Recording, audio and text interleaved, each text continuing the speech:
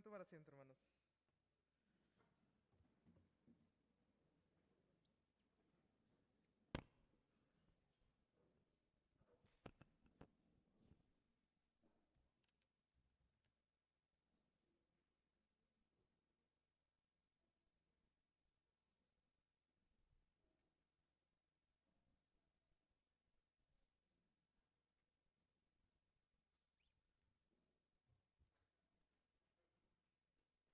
En el día de hoy vamos a seguir con nuestra serie que lleva como título Dios nos trata con base en lo que hacemos. Dios nos trata con base en lo que hacemos. Y les invito antes de orar que vayamos a un versículo que es Proverbios 17:15. Después estaremos dirigiéndonos a Dios en oración. Proverbios 17:15.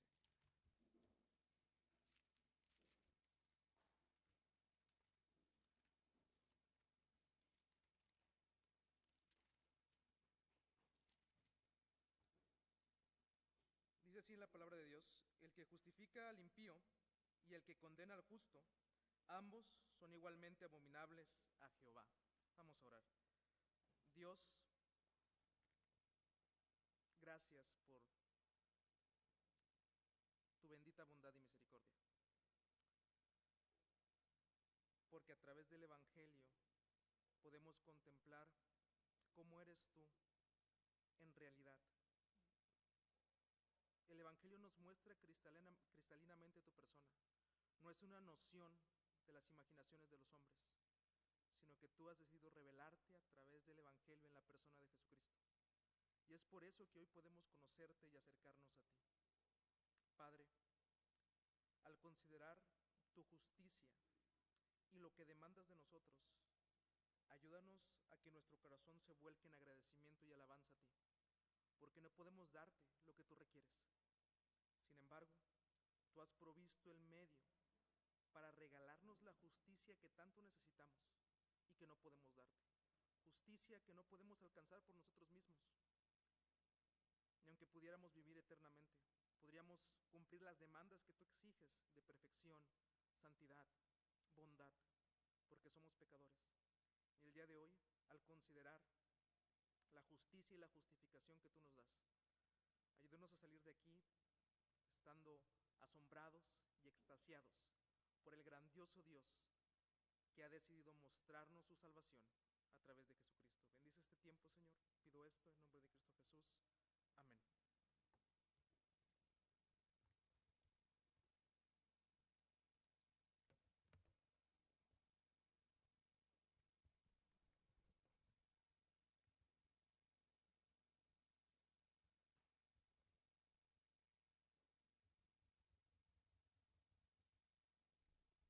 Entonces, estamos en esta serie, hermanos, que es si Dios nos trata con base en lo que hacemos.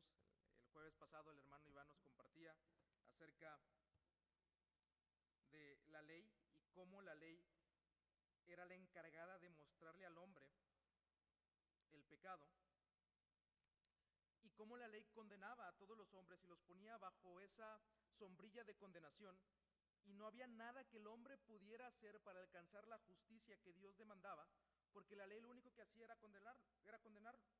Pero vimos también el jueves pasado cómo aparece en medio de las tinieblas y de la oscuridad el glorioso resplandor de Jesucristo, un resplandor inimaginable por el cual, por su obra y obediencia, Él puede dar perdón al cumplir la ley perfectamente.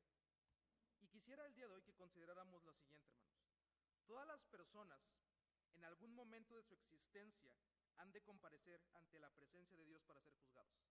Esto es algo que va a ser real en la vida de cada uno de los que estamos aquí. Nos guste la idea o no, estemos preparados para ese momento o no, todos un día compareceremos ante Dios y nos presentaremos delante del juez eterno, delante de aquel que sabe todas las cosas aún lo más recóndito de nuestro corazón, y no hay nada que nosotros podamos hacer para escapar de ese acontecimiento que nos espera en nuestras vidas. Y solamente hay dos opciones cuando nos presentemos delante de este juez: o seremos declarados inocentes o culpables. No hay una opción intermedia. Solamente hay esas dos opciones. Un día, todos nosotros nos presentaremos delante del juez eterno y todos nosotros recibiremos el veredicto de aquel que conoce todas las cosas que han acontecido en nuestra vida. Y quisiera que consideráramos la siguiente pregunta. ¿Cómo puede un juez, que es absolutamente justo y recto, declarar justificar a un criminal que es absolutamente culpable y condenado? Porque esa es la condición de todos los hombres. Todos los hombres, como vamos a ver en unos momentos, a causa del pecado estamos condenados. La ira de Dios está sobre nosotros. Hemos transgredido abiertamente la ley de Dios, hemos sido concebidos en pecado y eso es parte de nuestra naturaleza. Pero no solamente nuestra naturaleza pecaminosa nos condena delante de Dios, sino que también a nosotros nos deleita pecar y irrumpir la ley que Dios ha establecido. Nos encanta ofender la santidad de Dios abiertamente y eso nos condena delante de su presencia. Pero ¿cómo podemos estar aquí el día de hoy, en la iglesia, reunidos como un grupo de creyentes, sin que ningún rayo haya caído por haber transgredido el día de hoy la ley de Dios? ¿Cómo podemos estar aquí hoy sin que la mentira que dije hace unos momentos haya provocado que la tierra se abriera y fuera tragado como parte del juicio de Dios? ¿Por qué sigo aquí y al momento en el que tuve un mal pensamiento el día de hoy, no recibí un infarto fulminante y Dios me dio su justo juicio a causa de mi pecado? ¿Por qué? ¿Por qué puedo estar aquí sentado y contemplar la gloria de Cristo y rodearme de hermanos que han contemplado la misma gloria juntamente conmigo? ¿Cómo puede un ser humano escapar de la condenación del infierno si el juez que ha establecido el juicio que va a llegar para todos los hombres es un juez que no puede ser comprado? Es un juez que no acepta sobornos. Es un juez que sabe todas las cosas que hemos hecho aún en lo oculto, cosas de las cuales no nos sentiríamos orgullosos, cosas que han sucedido en nuestro corazón y en nuestra mente. ¿Cómo es que este Dios puede perdonar y justificar a personas culpables y pecadoras como nosotros? Leíamos hace un momento el versículo de Proverbios 17:15 y quisiera leérselos en otra traducción, en la nueva traducción viviente. Dice: absolver al culpable y condenar al inocente son dos actos que el Señor detesta. ¿Cómo puede un Dios justo perdonar a personas pecadoras que merecen su justo juicio sin que esto vaya en contra de su carácter? ¿Cómo puede un Dios justo que ama la santidad perdonar a personas que merecen una eternidad separados de Él sin que esto haga que Él sea injusto? Imagine la siguiente escena. Imagine que un padre de familia abre de pronto la puerta de su casa y se encuentra con la escena de que un asesino ha acabado con su familia. De pronto este padre de familia se enfurece y se enardece y empieza a perseguir al asesino y logra capturarlo y lo presenta delante de la justicia. Después de algún tiempo se establece el juicio para que este criminal comparezca delante del juez. Y entonces es inevitable que este criminal reciba la condenación a causa de la injusticia que ha cometido. Y es inevitable que este criminal sea hallado inocente. Es por seguro que va a recibir una condena que le va a condenar a pasar toda una vida en prisión. Y eso es irrevocable. Es algo que todos saben que el criminal ha cometido ese hecho y eso le condena. Pero de pronto, estando delante del juez, el juez mira al criminal y dice: yo reconozco que tú has cometido un crimen y que eres culpable de haber asesinado a la familia de este hombre, pero yo soy un buen juez, un buen juez y creo que no debes recibir la condenación a pesar de que tú cometiste ese crimen. Yo creo que para todos nosotros una declaración tal sería algo disparatado y algo loco. El hecho de que el juez, sabiendo que esta persona es culpable, lo declare inocente y diga delante de la ley: aunque tú has cometido este crimen, yo voy a declararte como justo, suena algo loco y disparatado. Y lo es. Nosotros veríamos ese acto como un acto injusto, como un acto que es denigrante, como un acto que no debe ser aplaudido. Pero quisiera que consideráramos lo siguiente, hermanos. Todos nosotros somos pecadores, merecemos el justo juicio de Dios. Merecemos que su ira caiga sobre cada uno de nosotros a causa de nuestro pecado. a causa de transgredir su ley, a causa de violentar su santidad y abiertamente ir en contra de su persona. Sin embargo, Dios no nos paga conforme a nuestras obras, sino que Él muestra gracia, muestra misericordia a través de la persona de Jesucristo. Él ha justificado, Dios justifica a los impíos, Dios justifica a los impíos a través de Jesucristo. Y entonces surge la siguiente pregunta: ¿cómo pueden los hijos de Adán y Eva, nosotros, sus descendientes, malos y culpables, tener esperanza de enfrentar a Dios, el juez justo del universo? ¿Cómo podemos tener esperanza sabiendo que nuestro pecado merece condenación? Sabiendo que Dios, el juez justo, es alguien que no puede ser comprado y es alguien que no puede ser sobornado. ¿Cómo es que nosotros nos presentaremos delante de este juez sabiendo que lo que merecemos recibir a causa de nuestro pecado es que su ira santa sea derramada sobre cada uno de nosotros? Pero lo más interesante es esto: ¿cómo puede Dios justificar a los impíos sin ser abominación a sí mismo? Porque recuerda lo que leíamos en Proverbios 17:15. El que justifica al impío y el que condena al justo, ambos son igualmente abominables ante Jehová. Dios no va a hacer algo que vaya en contra de su carácter santo. Dios no va a hacer algo que vaya en contra de sí mismo. Entonces, ¿cómo puede Dios justificar a los impíos sin ser abominación a sí mismos?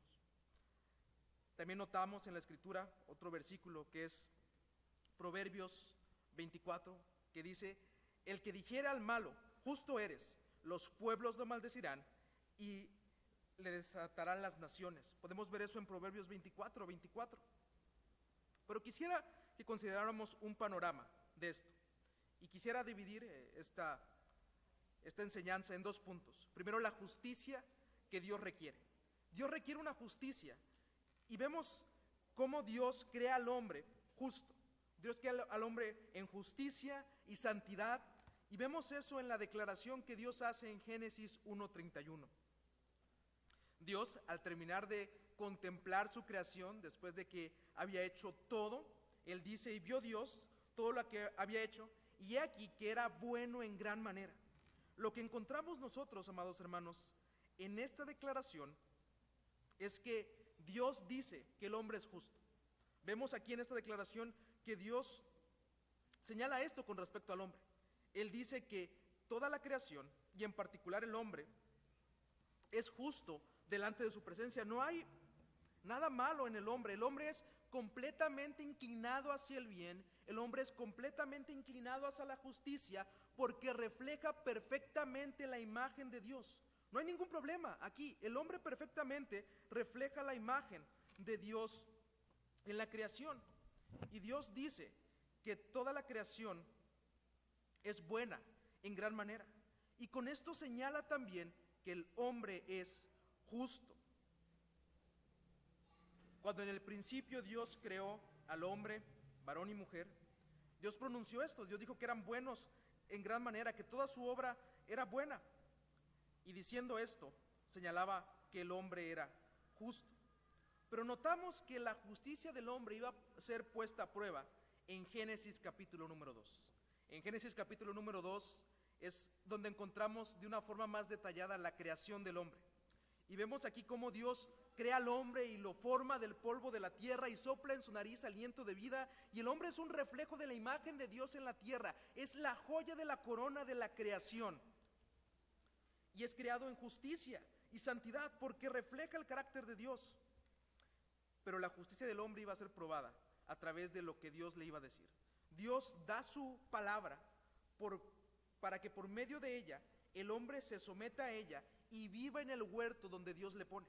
La palabra de Dios es el medio por el cual Él gobierna su reino. Y el hombre tenía que someterse a la palabra de Dios. Y hay dos cosas que quisiera resaltar que Dios le dice al hombre. Dios le dice al hombre: no comas del árbol del conocimiento. De todo árbol que esté en medio del huerto, de todo árbol que está en el huerto, Dios le dice al hombre: puedes comer. Pero del árbol que esté en medio del huerto, no comerás de él, porque del día que él comieres, le dice Dios, ciertamente morirás. Y entonces Dios pone una imagen gráfica de su palabra y le dice al hombre: no comas de este árbol que está aquí en medio del huerto, no lo comas, porque si lo comes pues vas a morir.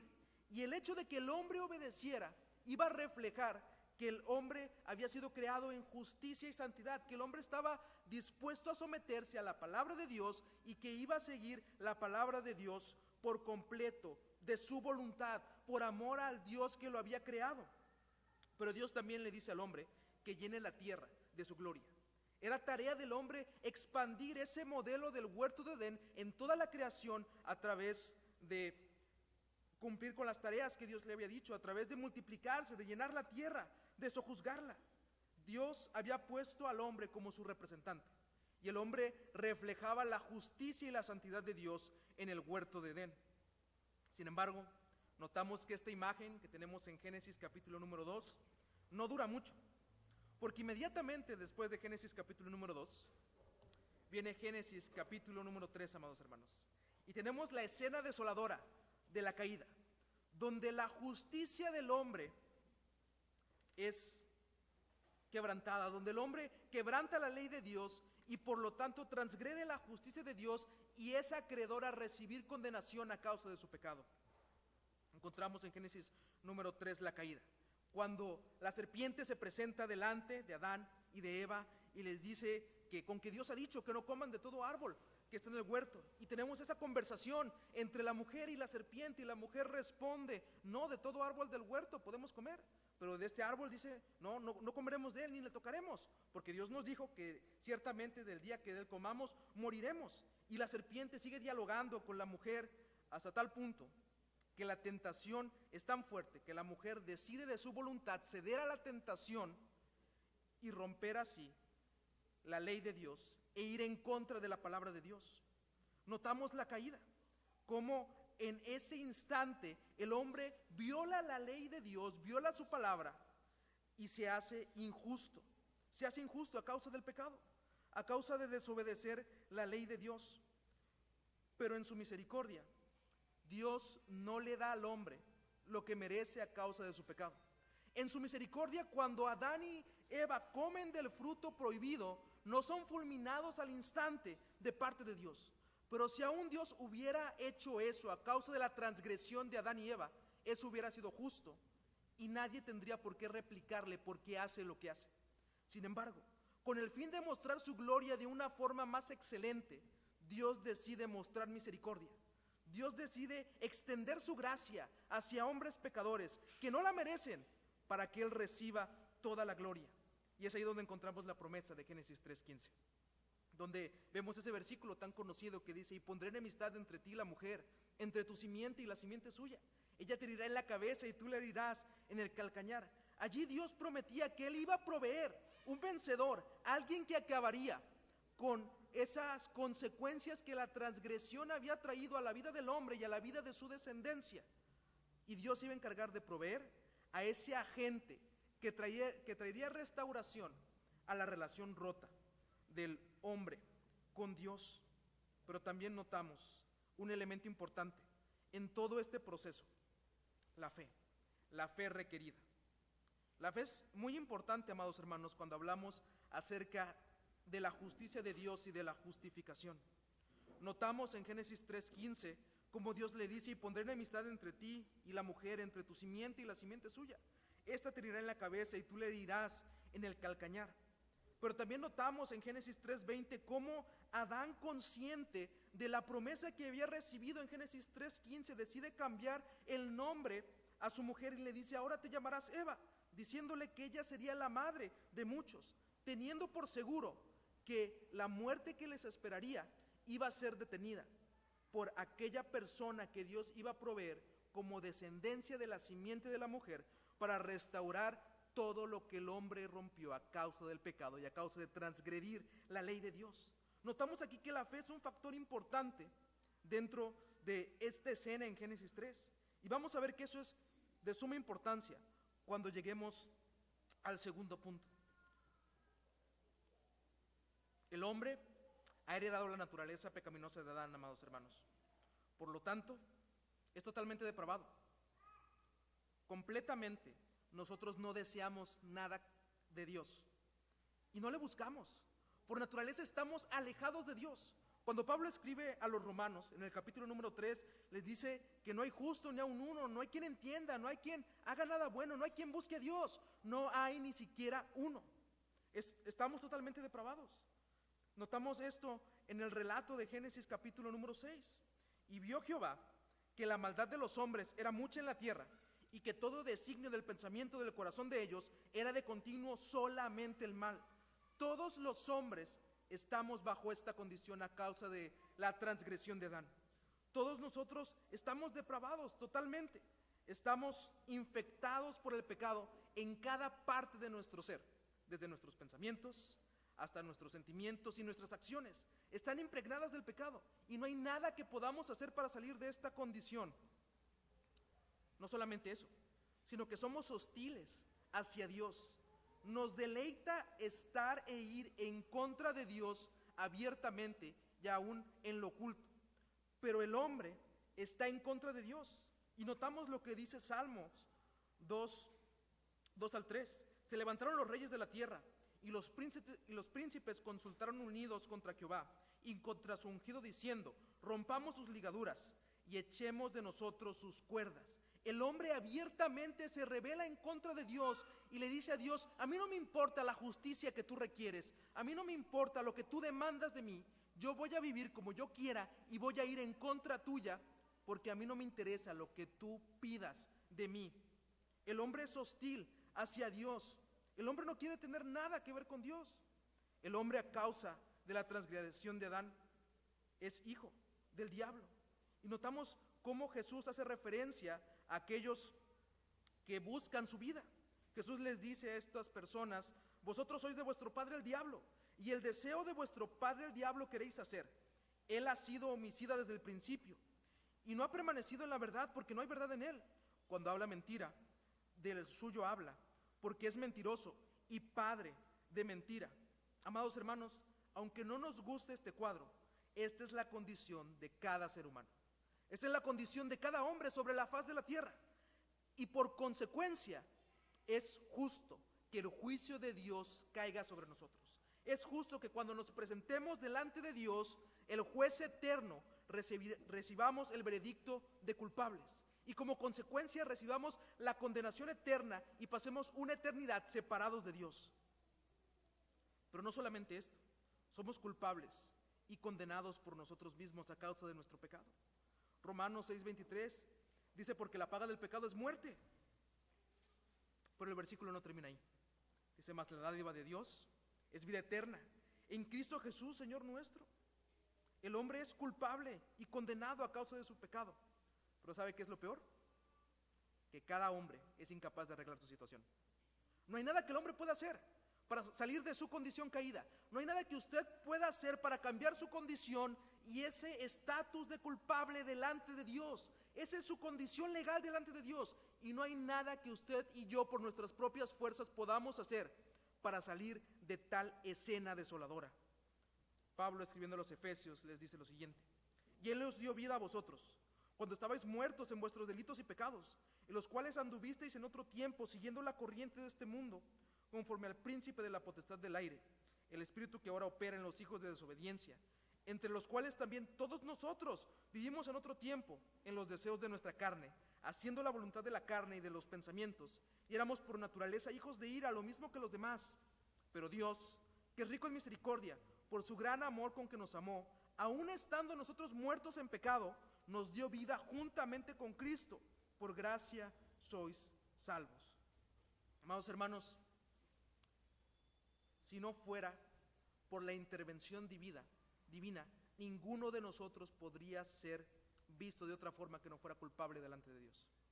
Si no fuera por el amor prodigado de Dios, ninguno de nosotros podría salir de la condenación eterna.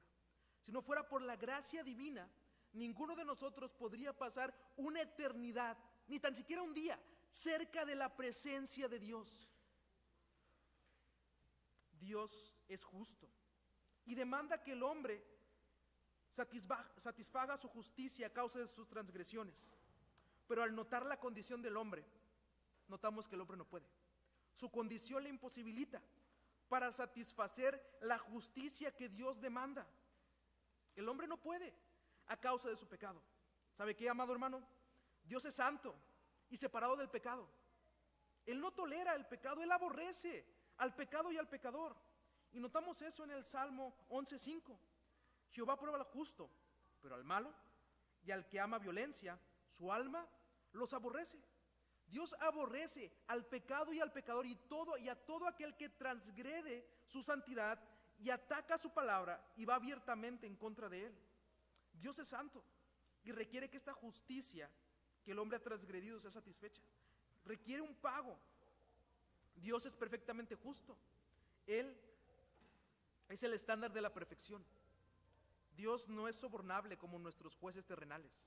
No creamos que hay un acto que nosotros podamos hacer que pueda darnos la justicia que tanto Dios requiere. Amados hermanos, no hay ninguna buena obra que ninguno de nosotros pueda hacer para que tan siquiera escale un peldaño en la escalera de la justicia que Dios requiere. Por más religiosos que seamos, por más renombre que tenga nuestra familia en la iglesia, porque seamos hijos de pastor o porque llevemos tantos años en la iglesia o porque prediquemos, ninguna obra nos da la justicia que Dios requiere. Es más, la Escritura dice que todas nuestras obras son como suciedad y todas nuestras justicias delante del Dios eterno son como trapos de inmundicia, porque están manchadas por nuestro pecado.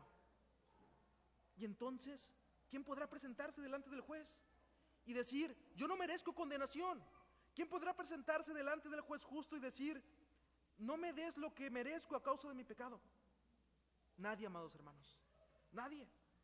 Vemos lo que dice Mateo 5:48. Sed pues vosotros perfectos, como vuestro Padre que está en los cielos es perfecto. ¿Y quién puede? ¿Quién puede vivir una vida perfecta? ¿Quién de nosotros puede perfectamente cumplir los estándares divinos? Nadie, nadie. Aún Dios le dio su ley a su pueblo para que vieran qué tan altos eran sus estándares. ¿Y sabe qué, amados hermanos? El pueblo de Israel no pudo. No pudo, no porque la ley fuera mala en sí, porque la ley refleja el carácter de Dios, y lo veíamos con el hermano Iván el jueves pasado. La ley es pura, santa y justa. El problema no es la ley, el problema es la condición caída del hombre. El problema es mi pecado, que a causa de mi transgresión y a causa de mi pecado, yo no puedo cumplir la ley y las demandas de Dios, porque Él no solamente exige que se cumpla la ley, en un punto, Él exige perfección. Y ninguno de nosotros, a causa de nuestro pecado, puede darle a Dios la perfección que Él requiere. Dios es el juez justo, da a las personas lo que se merece. Note lo que dice Éxodo 23:7. De la palabra de mentira te alejarás, y no matarás al inocente y al justo, porque yo no justificaré al impío. Entonces, ¿cómo puede Dios perdonar a personas pecadoras como nosotros? ¿Cómo puede Dios no derramar su ira sobre nosotros si lo que merecemos es que su justo juicio caiga sobre ti y sobre mí?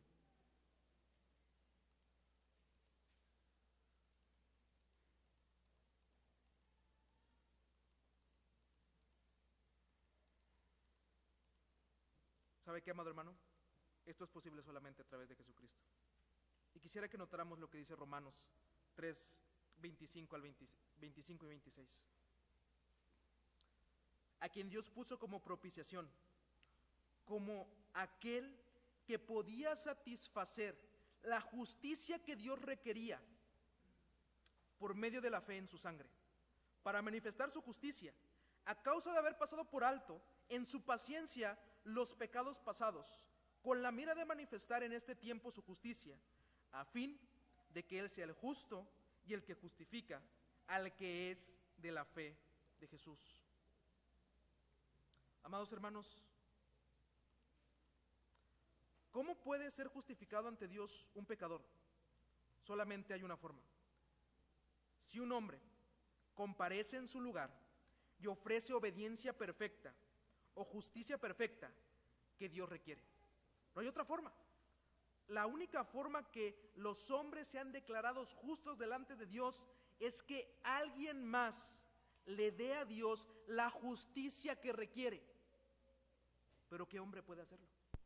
¿Qué hombre puede presentarse delante de Dios y decir, Dios, yo sí soy justo? Mira mi vida, no he cometido ninguna falta, no he roto tu ley nunca. Ninguno de nosotros puede presentarse delante de Dios y decir que su justicia es suficiente para sí mismo y para salvar a otras personas. Ninguno de nosotros puede hacerlo, porque nuestro pecado nos condena. Pero es aquí donde notamos el siguiente punto. Hay una justicia, sí, amados hermanos, que Dios requiere. Pero ¿sabe qué es lo más maravilloso? Que esa justicia que Dios requiere también es una justicia que Dios regala. Esa justicia que Dios requiere también es una justicia que Dios regala. Y Jesús es el cumplimiento de la promesa redentora de Dios. Jesús es el cumplimiento de la promesa redentora que encontramos en Génesis 3:15, que después es ampliada a personas en el Antiguo Testamento, creyentes en el Antiguo Testamento como Abraham, como David. Y vemos que Jesús es el cumplimiento de estas promesas. Jesús es el Redentor provisto por Dios, quien puede representarte a ti y a mí delante del juez eterno, y por su vida perfecta tú y yo podemos recibir perdón de nuestros pecados. No por nosotros mismos, porque nosotros mismos no podemos, estamos imposibilitados. Por eso, en su infinita misericordia, al fin de exaltar su gloria y mostrar su gracia y misericordia de una forma maravillosa, Dios se encargó de proveer la justicia que tanto requiere, porque ninguno de nosotros podíamos dársela. Y Jesús, amados hermanos, es el cumplimiento de esa promesa redentora de Dios. Y vemos esto a través de su vida, su muerte y su resurrección. Y vamos a ver estos puntos. Primero, la vida de Jesús. Jesús fue obediente a la voluntad del Padre. Vemos lo que dice Hebreos 10:9. Fue obediente a la voluntad del Padre, diciendo luego: he aquí que vengo, oh Dios, para hacer tu voluntad. Jesús estuvo dispuesto a someterse a la voluntad del Padre y a cumplir todo lo que el Padre le había dicho que tenía que cumplir. Jesús cumplió perfectamente las demandas de la ley. Era el único que podía cumplir perfectamente esa ley. Y vemos lo que dice Mateo 5:17. No penséis que he venido para abrogar la ley o los profetas. No he venido para abrogar, sino para cumplir. Jesús vivió una vida sin pecado.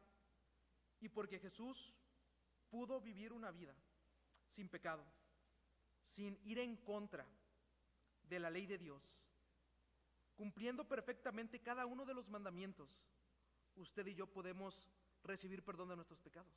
No por nosotros mismos, sino por la obra de Jesucristo. No porque usted y yo podamos alcanzar la justicia que Dios requiere. No podemos. Necesitamos depositar completamente nuestra fe solo en la persona y obra de Jesucristo. No creamos que podamos hacer algo que puede elevar nuestra justicia delante de Dios, porque no podemos. Porque, como ya vimos, estamos completamente imposibilitados en todo nuestro ser para hacerlo. Vemos lo que dice Primera de Juan 3:5. Y sabéis que Él apareció para quitar nuestros pecados, y no hay pecado en Él. Primera de Pedro 2:2 dice: el cual no hizo pecado, ni se halló engaño en su boca. Hebreos 4:15. Porque no tenemos un sumo sacerdote que no puede compadecerse de nuestras debilidades, sino uno que fue tentado en todo, según nuestra semejanza, pero sin pecado. La justicia perfecta de la vida de Jesús es imputada a mi cuenta por la fe. La fe es el medio por el cual yo puedo ser justificado delante de Dios, ser declarado justo, recibir un cambio de ese estatus legal de condenación a justo, simplemente por poner mi fe en Jesús. Y no hay otro medio, no hay otra manera. Poner mi fe en Jesús es el único medio por el cual Dios justifica al hombre. Es la única manera por la cual Dios cambia ese estatus de condenado a un estatus de absuelto, a un estatus de perdonado. Y vemos lo que dice Pablo escribiendo a los Filipenses en el capítulo número 3, versículos 7 al 9. Pero cuantas cosas eran para mí ganancia, las he estimado como pérdida por amor a Cristo. Y ciertamente Aún estimo todas las cosas como pérdida por la excelencia del conocimiento de Cristo, mi Señor, por amor del cual lo he perdido todo y lo tengo por basura, para ganar a Cristo y ser hallado en Él, no teniendo mi propia justicia, que es por la ley, sino la que es por la fe de Cristo, la justicia que es de Dios por la fe. Amados hermanos, esta justicia está al alcance de todos. Todos pueden creer en Jesucristo y cambiar su estatus de condenación a un estatus de libertad, de perdón, solamente por la obra de Jesucristo. Pero también notamos su muerte. La muerte de Jesucristo le da la victoria sobre el pecado. Al que no conoció pecado, dice 2 Corintios 5:21, por nosotros lo hizo pecado, para que nosotros fuésemos hechos justicia de Dios en él. Amados hermanos, en la cruz Jesús toma todas nuestras transgresiones y las lleva sobre sí mismo para que la ira de Dios no sea derramada sobre nosotros. En la cruz, el Cordero Pascual es sacrificado para que usted y yo podamos recibir perdón de nuestros pecados. Y la ira de Dios sea derramada sobre él para que nosotros no tengamos que beber esa copa. A través de la muerte de Jesucristo, la ira de Dios es satisfecha. Vemos también lo que Pablo dice escribiendo a los Romanos en el capítulo número 5, versículo número 9 y 18. Pues mucho más, estando ya justificados en su sangre, así pues, tal como por la transgresión resultó la condenación de todos los hombres, así también por el acto de justicia resultó la justificación de vida de todos los hombres. Es solo por la justicia de Cristo, amados hermanos, que nosotros ya no recibimos condenación de nuestros pecados. Es solamente por poner nuestra fe en la obra y la persona de Cristo que la ira de Dios ya no está sobre nosotros. No hay otro medio, no hay otra manera. Y a través de su muerte expiatoria en la cruz, Jesús toma todos nuestros pecados y paga esa deuda que usted y yo no podíamos pagar. Jesús paga esa deuda, y porque Él satisface la justicia del Padre, todo aquel que cree en su persona y obra puede recibir esa justicia que Él ganó por su vida perfecta, por su obediencia perfecta, por no cometer ningún pecado. Jesús lleva nuestra maldición sobre la cruz para que nosotros podamos ser los benditos del Padre. Y eso, amados hermanos, es lo que Jesús hace en la cruz. Pero también notamos su resurrección. Cuando hablamos de la justificación, es importante notar también la resurrección de Cristo. Si la muerte de Cristo si la muerte hubiera sido capaz de retener a Jesús en sus lazos, esto habría significado que Jesús sería culpable del pecado y por lo tanto Él no puede ser nuestro representante. Y Pablo explica esto en Romanos capítulo número 6, versículo número 23, dice que la paga del pecado es muerte. Por lo tanto, si Jesús hubiera permanecido en la tumba, su crucifixión no habría sido legítima. También notamos que si Cristo no hubiera resucitado, esto habría significado que el poder de la muerte y el pecado no habrían sido conquistados en la cruz. Pero notamos que Cristo resucitó. Si Jesús, hermanos, no hubiera resucitado, esto también habría significado que Dios no habría aceptado su pago en la cruz, no habría aceptado que la deuda habría sido pagada a favor de su pueblo.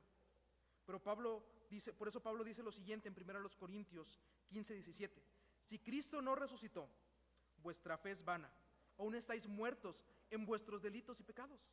Pero notamos que Cristo resucitó, y porque Cristo resucitó, amados hermanos, la justicia de Dios puede ser aplicada perfectamente a nuestro favor.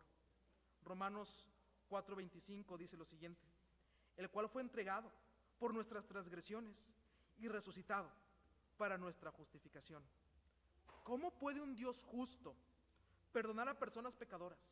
¿Cómo puede el juez eterno perdonar a aquellos que merecen condenación? La respuesta es por la persona y obra de Cristo. No hay otro medio. Solamente por la obra y la persona de Cristo es que Dios puede ser el justo y el que justifica. Porque Jesús pagó la deuda que el pecado requería, que la justicia requería, que ningún hombre podía pagar. Y es por la justicia de Cristo que usted y yo podemos recibir perdón de nuestros pecados. Dios regala la justicia de Jesús a todo aquel que pone su fe en su persona y obra. Está al alcance de todos.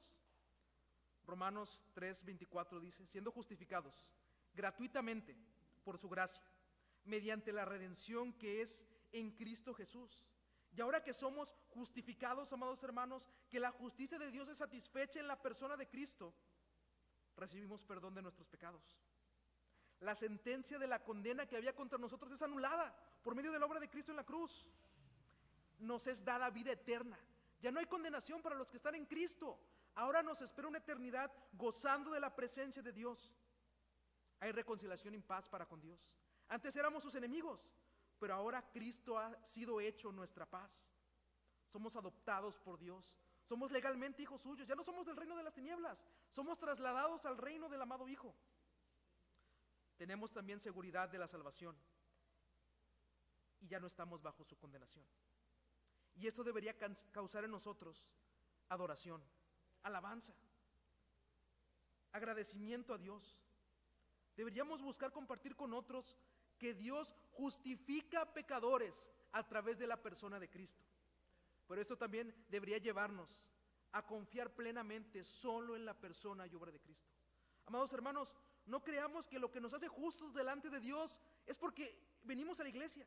Lo que nos hace justos delante de Dios no es que estemos en un grupo pequeño. Lo que nos hace justos delante de Dios es solamente la obra de Cristo. Y eso tenemos que tenerlo en mente, porque muchas veces podemos confiar en nuestra propia justicia o en que nosotros podemos alcanzar la salvación por nuestros propios méritos. Pero no es así. No podemos. Ya vimos que estamos imposibilitados para ello. Y Dios, conociendo nuestra incapacidad, se ha encargado de proveer el medio perfecto para regalarnos la justicia que Él tanto exige. Y ante tal regalo y tal don, lo que debemos hacer es agradecer y mostrar un sumo amor para con Dios. Quisiera terminar leyendo una cita de un teólogo llamado Gerardo Voss. Dice lo siguiente: encontramos en la resurrección la más fuerte seguridad posible del perdón y paz. Cuando Cristo se levantó en la mañana del domingo de resurrección, dejó detrás de sí en las profundidades de la tumba cada uno de nuestros pecados.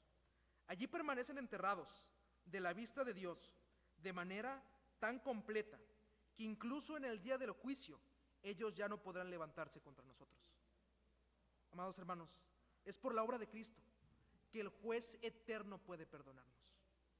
Vamos a orar. Amado Dios que estás en los cielos, tú eres santo